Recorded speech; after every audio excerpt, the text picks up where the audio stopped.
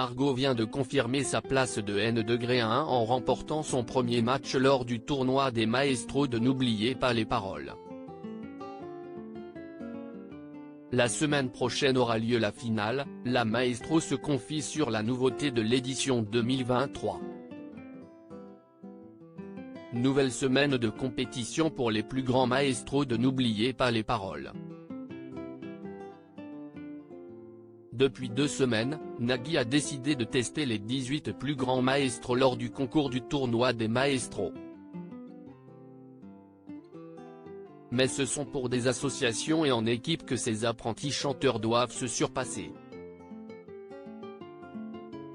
Chaque semaine, 100 000 € sont mis en jeu et la bande qui arrivera au bout de tous les matchs remportera un beau voyage. Ce vendredi soir, Margot et son équipe composée de Violaine et de Louis ont brillé sur le plateau de France 2 face à Jennifer, Charlotte et Geoffrey. La N-1 de l'émission s'est confiée à Télé Loisirs sur ce premier match.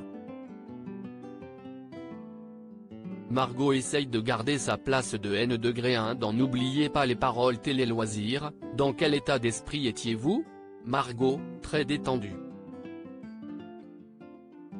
Je n'avais pas trop travaillé pour le tournoi, parce que si est vrai que vu que si est en équipe, on compte aussi beaucoup sur nos partenaires et puis, on sait que dans tous les cas les associations sont récompensées.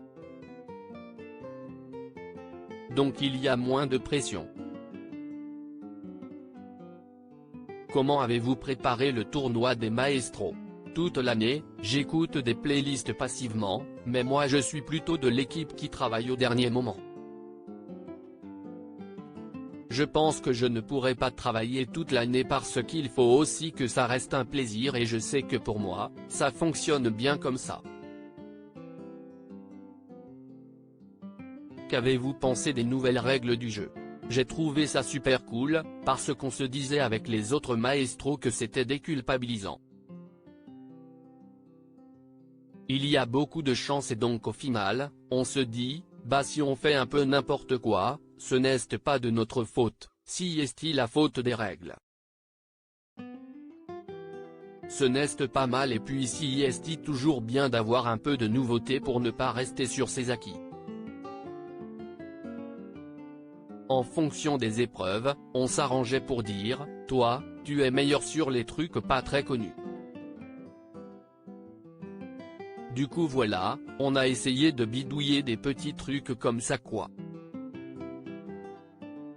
N'oubliez pas les paroles, une belle cohésion d'équipe pendant le tournoi des maestros. Êtes-vous compte de votre équipe, avec Louis et Violaine, ou auriez-vous voulu être avec d'autres maestros? Franchement, tout aurait été cool. Après si est vrai que Louis, c'était le tout nouveau du tournoi et puis on avait eu l'occasion de pas mal sympathiser, parce que souvent on se voit la veille des tournois, et puis j'avais vraiment bien accroché avec lui, donc j'étais super contente. Et puis Violaine pareil, ça fait longtemps que je la connais mais on n'avait jamais eu l'occasion de jouer ni ensemble ni l'une contre l'autre, donc du coup si est cool. Les nouveaux maestros sont de plus en plus forts, craignez-vous de perdre votre place de N-1? Si un jour je me fais dépasser, je m'en remettrai, mais si est vrai qu'ils sont de plus en plus forts parce que maintenant, j'ai l'impression que les révisions des candidats sont de plus en plus organisées, mais les finales sont aussi un peu plus difficiles. Forcément, ce n'est pas forcément plus facile de grimper. Est-ce plus simple ou plus compliqué de jouer en équipe? Si est vrai que si est plus sympa de jouer en équipe parce que pendant les masters, là pour le coup, si est vraiment chacun pour soi. Et là, si est aussi cool de jouer en équipe parce qu'en plus, on peut être hyper complémentaires. Et puis ça fait des bonnes émissions aussi je pense à regarder pour les gens parce qu'ils commencent à nous connaître un peu. Ça me met quand même un peu la pression parce que vu que je suis première au classement, je sais qu'on m'attend quand même un petit peu au tournant. Mais après, je sais que de toute façon, mes copains sont très bienveillants et que même eux, s'ils font des erreurs, je ne vais pas leur taper sur les doigts quoi. Comment s'est passé le duel de ce vendredi 21 avril? Le début était assez mal parti parce qu'un fait sur la première épreuve, c'était une chanson où il y avait des paroles qui n'étaient pas les bonnes et il fallait les modifier. Donc on était totalement largué parce qu'on ne connaissait pas du tout. C'était une chanson de Mireille Mathieu, bravo, tu as gagné, mais par chance l'autre équipe ne la connaissait pas non plus.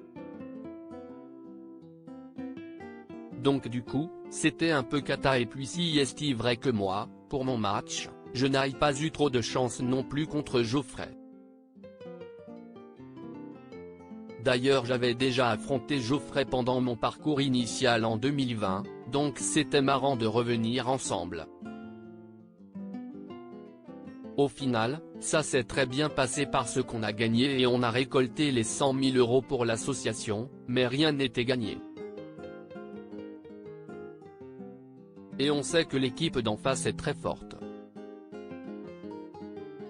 Margot, n'oubliez pas les paroles, je n'ai pas de projet d'écrire un album. Vous avez annoncé vous consacrer à la musique, comment se passe ce projet? Depuis janvier, j'ai monté un duo avec un musicien de Saint-Malo qui était déjà dans le métier et du coup, à partir de juin, ça y est, on va commencer à chanter dans les bars, les campings, pour des événements privés, enfin plein de choses. On répète beaucoup en ce moment pour pouvoir présenter quelque chose de bien. Là, si est un premier projet et après une fois que celui-là sera abouti, j'en aurai plein d'autres. Pour l'instant, si est ce qui m'anime en tout cas. Souhaitez-vous chanter dans de plus grandes salles et même composer votre propre album? Ce n'est pas forcément ce que je souhaite, ça me va en vrai de chanter dans les bars. Je ne suis pas en recherche de notoriété, en tout cas pas plus de ce que j'ai en ce moment. Je n'écris pas de chansons et puis, je n'ai pas de projet d'écrire un album, après ne jamais dire jamais, peut-être dans quelques années.